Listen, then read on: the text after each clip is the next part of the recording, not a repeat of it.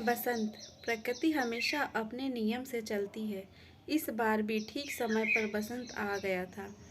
पतझड़ के मौसम के बाद हर बार बसंत का इंतजार रहता था, लेकिन इस बार बसंत की जिंदगी का पतझड़ खत्म ही नहीं हो रहा था। सुबह सुबह ही सास के ताने सुनने के बाद बसंत के दिन की शुरुआत होती थी। आसपास की बगिया में फूल खिल चुके थे। पूरी बगिया आज फूलों से महक रही थी, लेकिन बसंत के जिंदगी की महक तो न जाने कहाँ गुम थी। बसंत का मन आज भी बेरंग और उदास था। बहुत उदास हो गया। क्या मेरी जिंदगी में सिर्फ ताने ही लिखे हैं? क्या मेरी जिंदगी का कोई मोल नहीं है?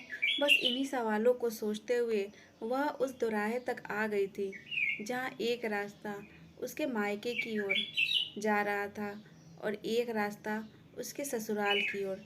लेकिन दोनों रास्तों पर उसे उसकी मंजिल नहीं नजर आ रही थी। कहाँ जाना है बहन जी? ऑटो वाले ने पूछा। कहीं नहीं, कहते हुए मन ही मन बुदबुदाए जा रही थी।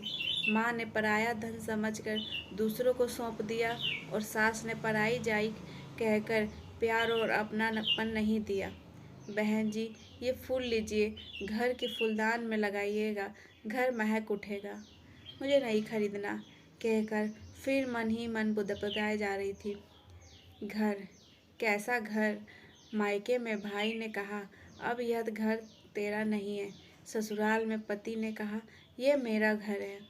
मेरे पास तो कोई हुनर भी नहीं है। जब भी कुछ सीखना या करना चाहा तो माँ का जवाब होता, अपने घर ससुराल में जाके करना। और सासू माँ का ताना होता, मायके में क्या सीखा। लंबी सांस लेते हुए बसंत के बुदबुदाने का काम जारी था। इतना सब सोच सोच के बसंत की आंखें भर आई थी।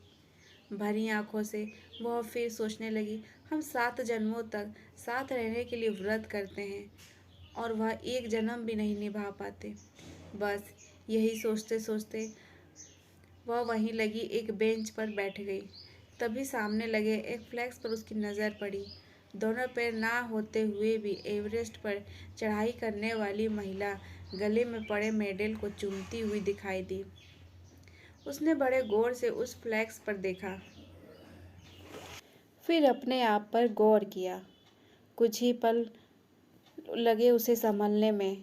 एकाएक उठ खड़ी हुई। उसे तो जैसे अमृत की बूंद मिल गई थी। ईमानदारी और आत्मविश्वास के साथ दोनों राहों को छोड़ निकल पड़ी, अपनी राह खुद बनाने। आज उसके जीवन में असली बसंत का आगमन हो चुका था।